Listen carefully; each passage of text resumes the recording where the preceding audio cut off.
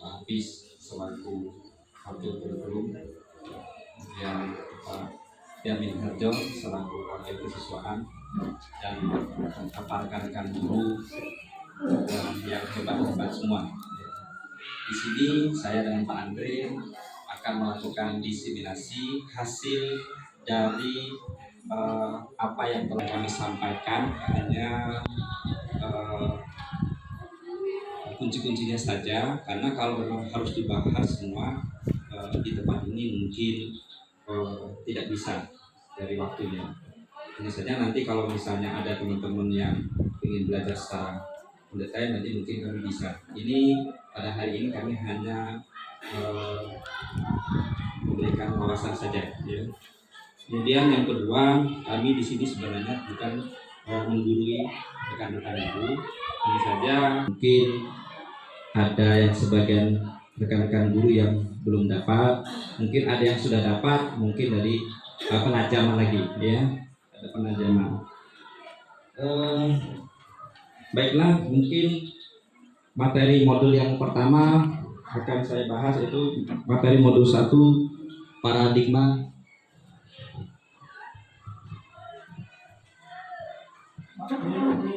Okay.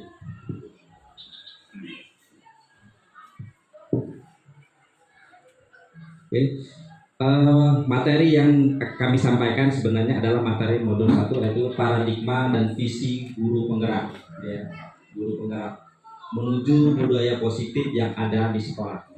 Jadi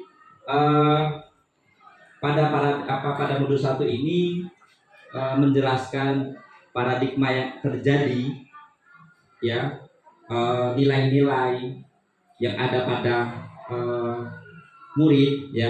Ini lebih pada ke karakter murid nanti.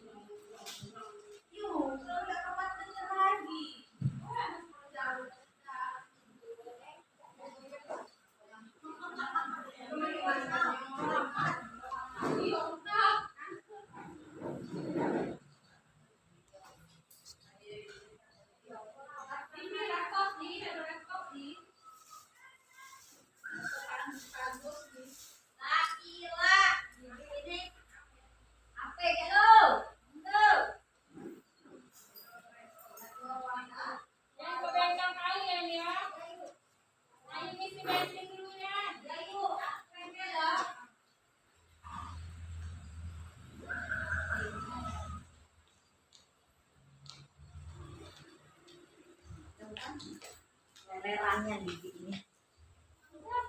Ini aja.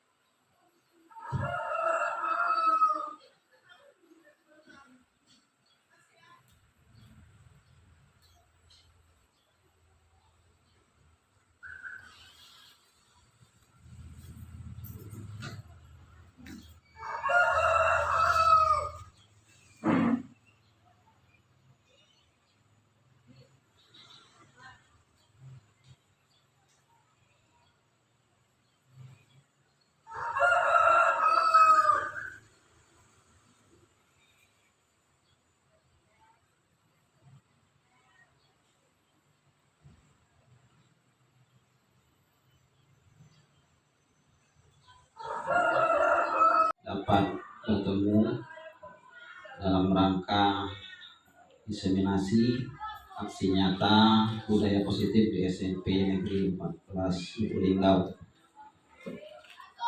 Sebelumnya saya mau cerita dulu latar belakang kegiatan ini. Jadi kami ikut kegiatan ini sebenarnya atas inisiatif Pak Agus dan saya.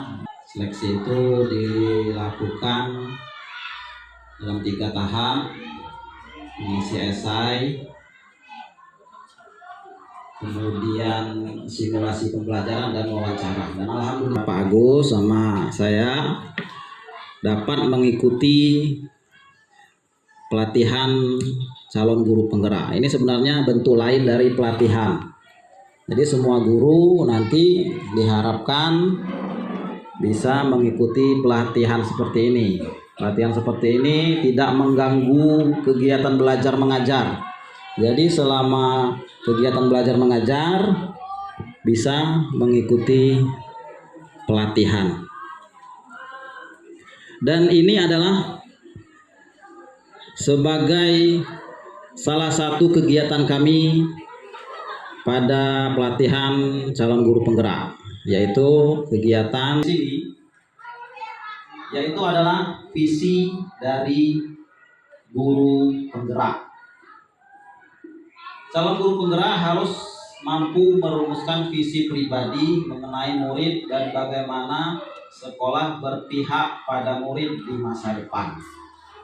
Jadi sebagai guru penggerak, kami diberikan materi ini bahwa seorang guru harus memiliki balik. Jadi kita kalau belum nak balik, ya lumayan dah tadi.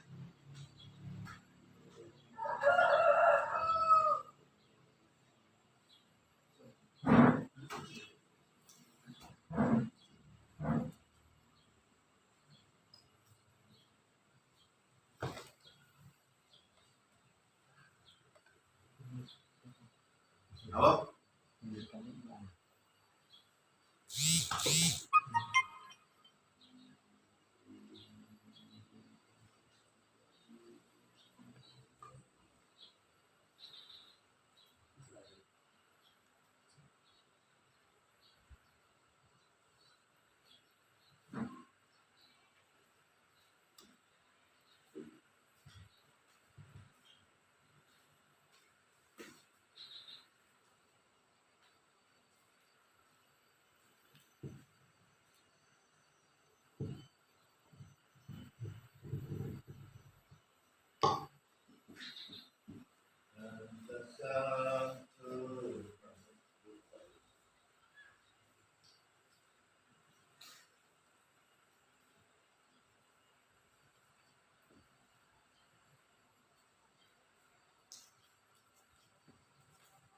Guru penggerak itu sebenarnya lah sudah berlaku, cuma kadang-kadang selama ini kita tidak punya administrasi, tidak ada dokumentasi.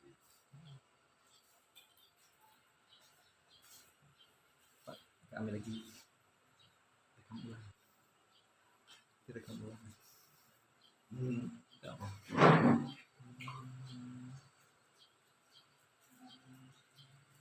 Ada.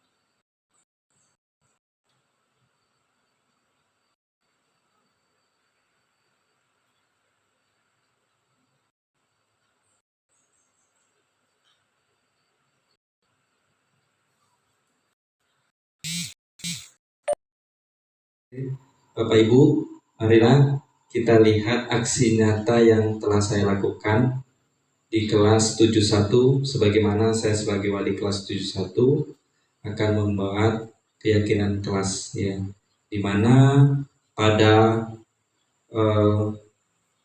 karton warna kuning itu siswa menginginkan ke kelas yang diinginkan, dan pada karton warna merah nanti adalah jawaban dari keinginan siswa yang dari jawaban siswa yang menjadi pertanyaan pada kelas yang diinginkan.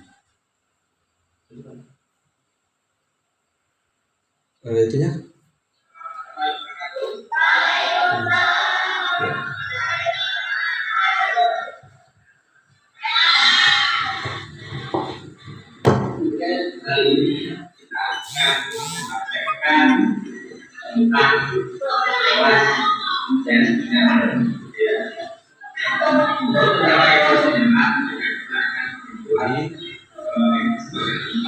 Jadi ini saya di awal memberikan penjelasan Bapak Ibu kepada murid apa yang diinginkan untuk menjadi kelas yang diinginkan, ya, agar bisa membentuk suatu keyakinan kelas. Ya. Mari Bapak Ibu bisa kita dapat keyakinan kelas yang telah saya buat. Kalian tulis ya, impian kelas kami apa? Ingin kelasnya bersih. Kemudian tulis nama kalian. Ya, setelah itu baru kita masuk lagi ke bagaimana cara mewujudkannya. Ini kan kita pertanyaannya ya. Pertanyaan kita kemudian dijawab. Nah, jawaban ini ya nanti akan kita sebutkan. Jadi baru kita bukan pada kelas berikutnya adalah kelas ya pada kalian kemudian kelas kami kemudian jawaban sama bagaimana caranya setelah saya tulis nanti kita gambar di video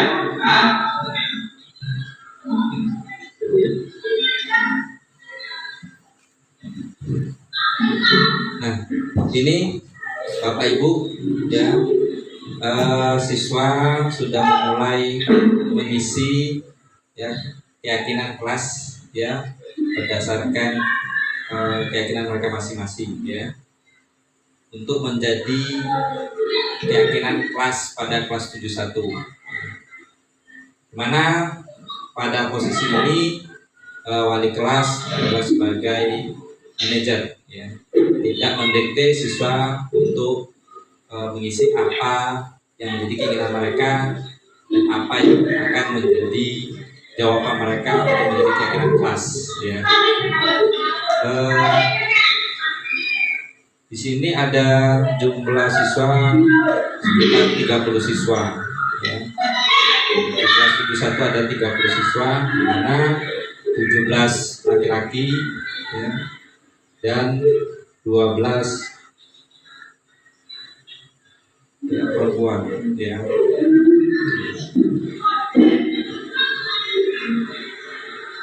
Nah, ini contoh siswa secara bergilir ya untuk mengisi apa yang menjadi keyakinan mereka.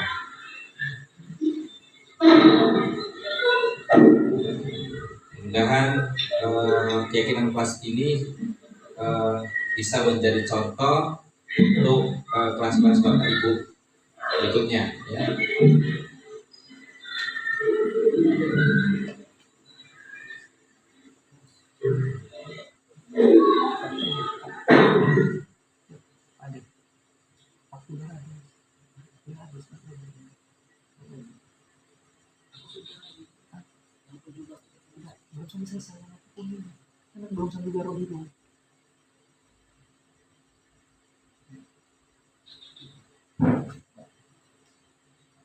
Ya, jadi terputus ya, nanti saya akan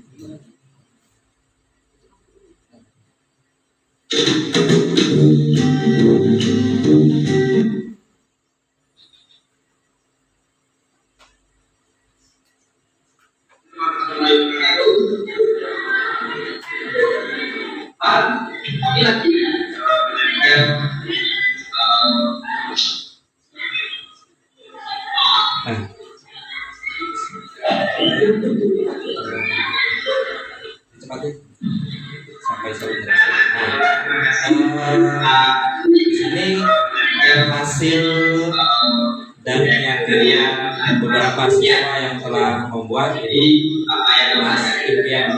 kelas impian kami, kemudian bagaimana cara mewujudkan kelas impian. Setelah itu dari keduanya ini akan membentuk sebuah keyakinan kelas yang akan menjadi kesepakatan pada kelas 71.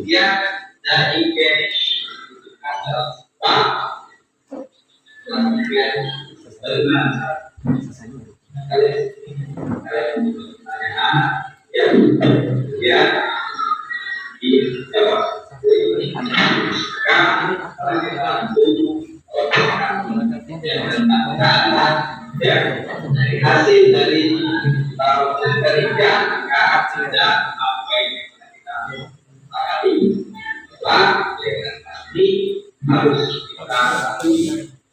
kita itulah hasil dari diskusi ya kita hasil dari maka yang pertama kita harus saling memahami ini saling memahami dan perbaikan kita tidak boleh semua kalau ada temannya itu bukan berarti yang temannya sendiri ya maka rumah itu beda dengan pengalaman kerja tidak boleh saling memberikan ya tidak boleh saling menyebut karena dasarnya keyakinan emas dan apa dari apa waktu dari saudara kita yang memiliki bahwa ini apa baik dan tidaknya ya baik dan tidaknya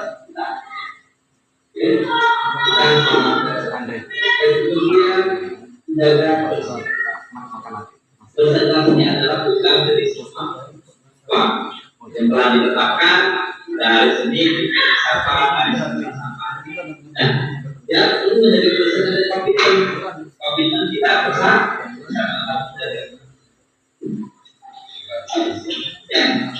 karena waktu sidangnya kita belajar ya kemudian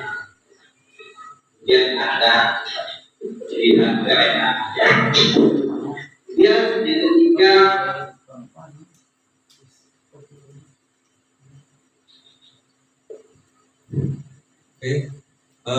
selain membuat keyakinan kelas, saya juga membuat budaya positif yang telah saya lakukan agar untuk menjalin keakraban ya, antara saya dan siswa, sehingga keakraban itu akan membentuk sebuah komunikasi ya, akan membentuk sebuah komunikasi yang mana komunikasi ini untuk mengetahui bagaimana saya mengetahui kodrat siswa.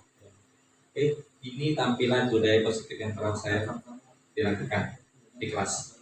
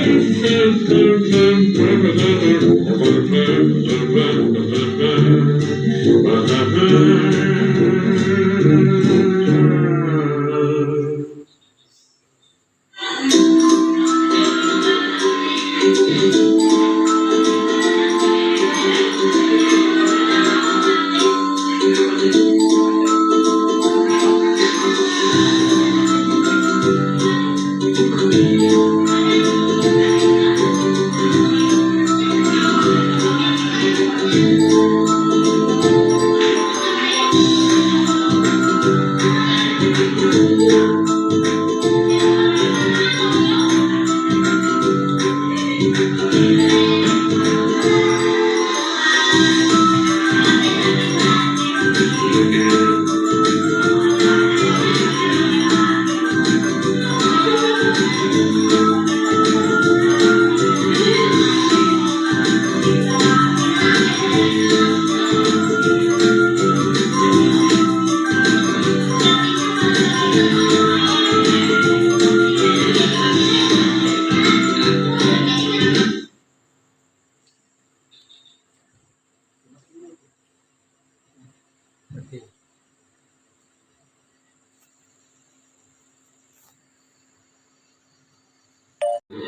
Dijelaskan nanti poin ya.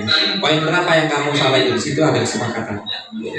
Nanti kesepakatan itu akan menyadarkan, oh iya ternyata saya salah ya, kemarin sudah disepakati di kelas. Itu Bapak Ibu ya, kita harus berkolaborasi untuk mengawasi kelas-kelas kita yang kita ajarkan agar terciptanya suasana kelas yang nyaman. Memang tidak mudah, tetapi itu yang dicoba ya. Ini sebagai contoh, nanti selanjutnya akan kita buat pendampingan nanti ketika ada rekan-rekan yang ingin pendampingan. Nah ini, yang itu maksud saya motor-motor supaya mereka dengar ya. Nah, yang berwarna biru itu adalah keyakinan kelas yang telah kesimpulan ya dari semua yang ada. Ya. Jadi, apakah satu siswa boleh lebih dari satu? Sebenarnya boleh, tetapi jawabannya pun harus sama. Misalnya 30 siswa, ternyata satu-satu, maka jawabannya juga satu-satu. Ternyata kalau pinginnya 2, maka 2 juga. Ya. Dan di setiap kertas pada kelas impian, nah itu namanya kelas impian kami. Nah impian, apa sih yang kami impiankan untuk kelas ini? Itu setiap kertas maka ada nama siswa. Kertas setiap siswa itu ada nama siswanya, ya, ada nama siswanya, dan setiap jawabannya pun ada nama siswanya.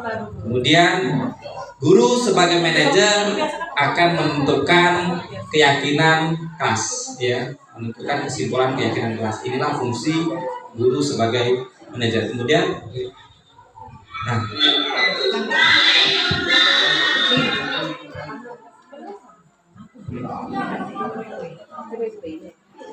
nah, ada budaya positif yang telah saya lakukan, ya, untuk menciptakan kelas yang menyenangkan. Salah satunya agar kita lebih akrab, dekat dengan siswa, ya, karena kita sebagai guru dituntut untuk mengetahui kodrat, ya, siswa. Kalau kita hanya mengajar, kita tidak akan mendapat apa yang ini, ya, yang diinginkan siswa, apa yang kodrat siswa. Tapi dengan keadaan mengajak makan bersama, ya, nanti kita tanya sambil makan, ya.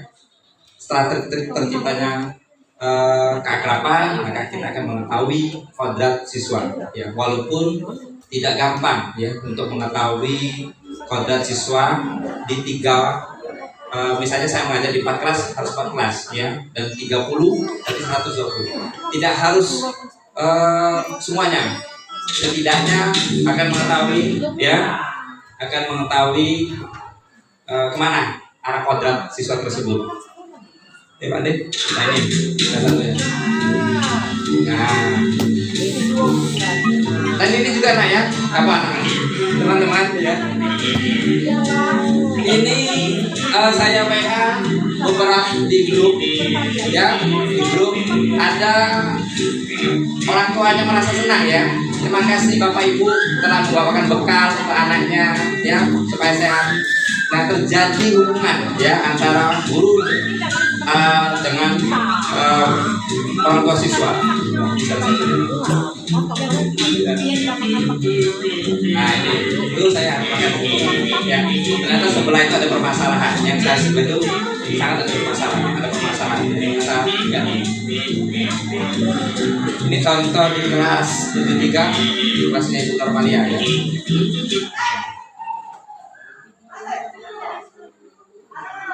Kemudian aksi nyata keyakinan kelas yang serupa ya akan dilakukan oleh Pak Andri juga ya. Mungkin Pak Andri mau menjelaskan atau mau menambahkan?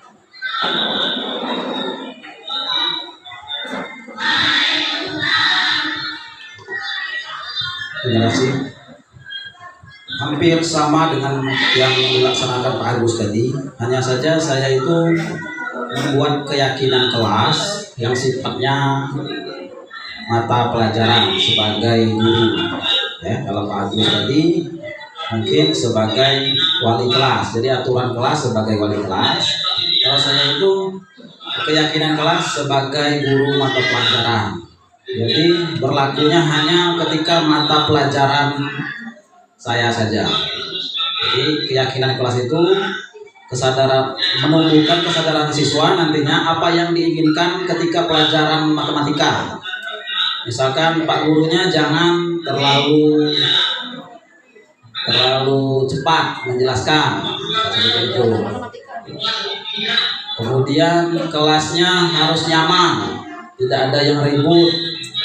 Itu kita timbulkan dari siswa sendiri, apa yang mereka inginkan ketika pelajaran saya, apa yang mereka inginkan supaya pelajaran itu masuk ke dalam dimengerti oleh mereka. Itu tujuan dari keyakinan kelas untuk mata pelajaran. Berbeda dengan keyakinan kelas yang dibuat oleh wali kelas.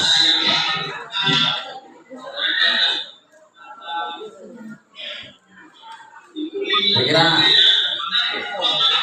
ada pertanyaan Ibu untuk keyakinan kelas untuk pelajaran. Intinya sama.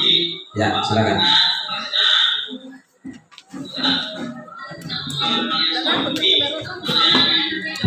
Baik, terima kasih. Yang perlu saya tanyakan di situ kan, misal kita mau bikin aturan untuk pelajaran kita, baik, atau kita sebagai wali kelas di kelas itu. Nah, untuk pertanyaan-pertanyaan itu kita yang buatnya dulu, atau kita sama-sama sepakat sama anak-anak. Ya, terima kasih. Untuk pertanyaan dari Bu Yus tadi, terima kasih. Untuk pertanyaan yang kita buat, itu biasanya kita yang buat.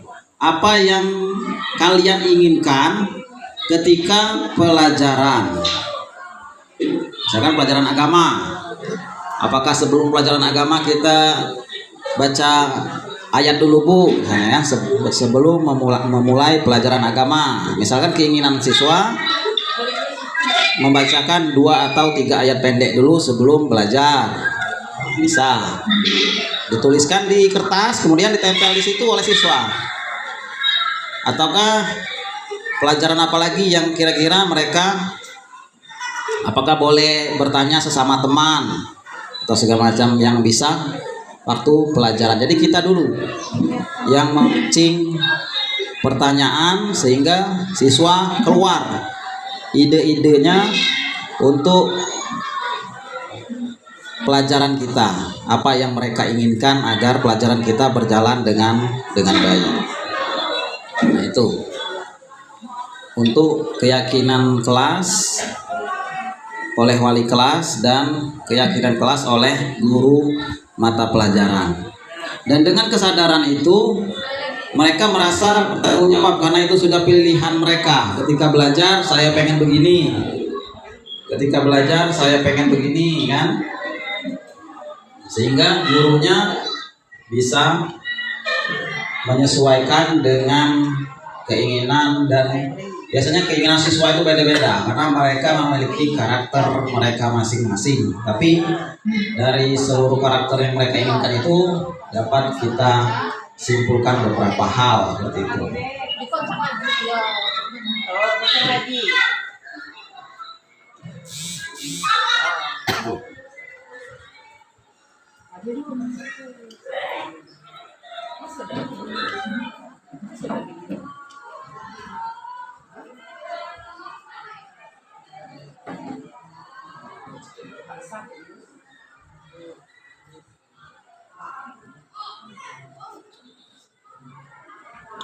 Nah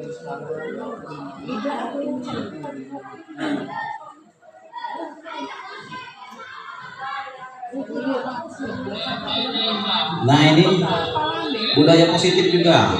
Ini mungkin Bu Yus sudah tahu bahwa kita Jumat kita melakukan yasinan, ya. Ini budaya positif yang kita timbulkan lagi. Kalau dulu sudah pernah sebelum COVID kita pernah lakukan. COVID kita stop. Kita harapannya karakternya yang siswa terbiasa melakukan ibadah, terutama membaca Quran. Dia familiar dalam membaca Quran, tertib. Ketika mereka yasinan, mereka tertib, terus mereka bisa menunjukkan kemampuan mereka dalam bidang agama. Contohnya ada nasib, kemarin juga ada nasib.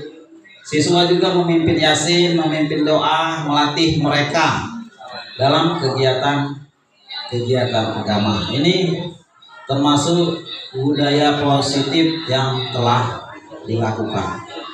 Sebenarnya banyak budaya positif yang sering dilakukan.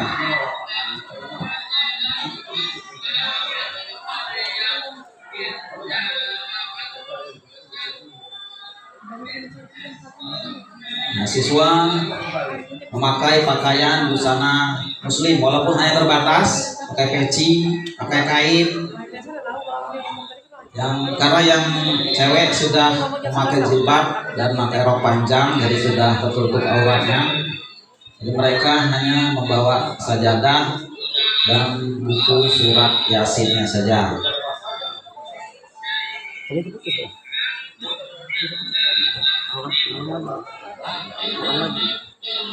Kita lihat lagi budaya positif yang lain, bagus di next kan. Nah ini budaya positif segitiga restitusi. Next bagus. Nah ini kita ketika siswa bermasalah, ini dipelajari segitiga restitusi, yaitu memproses siswa bermasalah dengan cara menjelaskan bahwa kesalahan mereka itu apa, mereka salahnya apa, kemudian mereka merasa perlu bertanggung jawab atas kesalahan mereka itu, menumbuhkan kesadaran kepada siswa agar mereka menyadari kesalahannya dan perlunya memperbaiki kesalahannya. Dan dengan penjelasan guru dan tatap muka dengan guru, diharapkan siswa dapat memahami kesalahannya dan setelah dinasehati ada karakter yang kuat setelah penyelesaian masalah itu. Mereka merasa, dan penyelesaian masalahnya juga mereka merasa bahwa gurunya tidak membiarkan begitu saja dirinya bersalah, tidak dibiarkan saja tapi dipanggil. Gurunya merasa siswanya perlu dipanggil, dijelaskan apa kesalahannya, kemudian membuat dia merasa kesalahannya itu merugikan orang lain,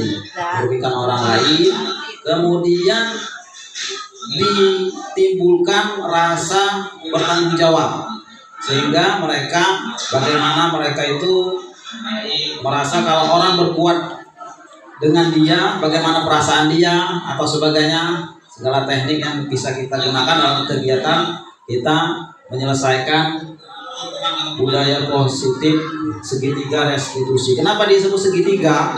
Karena ada 3 poin penting. Yang 3 poin penting yang harus kita munculkan di situ. Yang pertama, membuat siswa merasa kesalahannya itu memang benar kesalahan dia, memang benar-benar kesalahan dia. Dia memang benar-benar telah melanggar keyakinan kelas, misalnya telah melanggar keyakinan kelas yang telah dibuat, atau telah melanggar keyakinan tata tertib sekolah. Dia benar-benar telah mengakui kesalahannya. Kemudian Yang kedua, membuat dia merasa bertanggung jawab, memperbaiki. Misalkan dia mencoret-coret, nah dia merasa harus membersihkan apa yang dicoretnya. Dan yang ketiga, dia harus merasa mohon maaf kepada lingkungan yang telah dia membuat kesalahan. Apabila di kelas, mungkin dia minta maaf kepada teman-teman sekelasnya, sehingga dia bisa diterima kembali dalam lingkungan yang telah dia lakukan kesalahannya.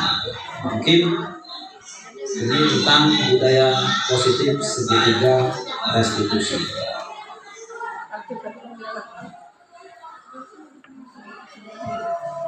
Nah, mungkin itu saja yang dapat saya dan Pak Agus sampaikan, Bapak Ibu.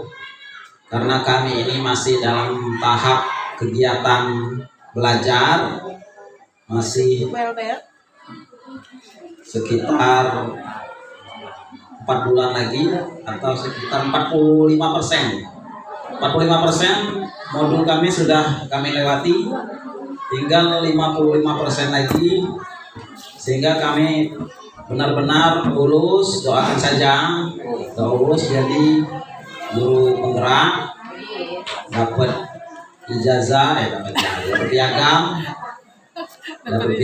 dapat grade point, dapat transport, sehingga dapat diterapkan. Dan kepada Bapak Ibu yang lain diharapkan mengikuti juga pelatihan-pelatihan seperti ini, karena pelatihan seperti ini tidak mengganggu kegiatan belajar mengajar. Walaupun sedikit seperti ini kan agak ganggu juga lah, tapi tidak terlalu lama, tidak meninggalkan sekolah. Kalau diklat berbulan-bulan, berminggu-minggu di hotel, itu pasti yang tersiksa murid, kemudian papa di rumah tersiksa, mama di rumah juga tersiksa karena jauh dari si jantung hati. Demikianlah yang dapat kami sampaikan. Kami akhiri, wabillahi taufiq wal hidayah. Wassalamualaikum warahmatullahi wabarakatuh. Kami serahkan lagi kepada pembawa acara.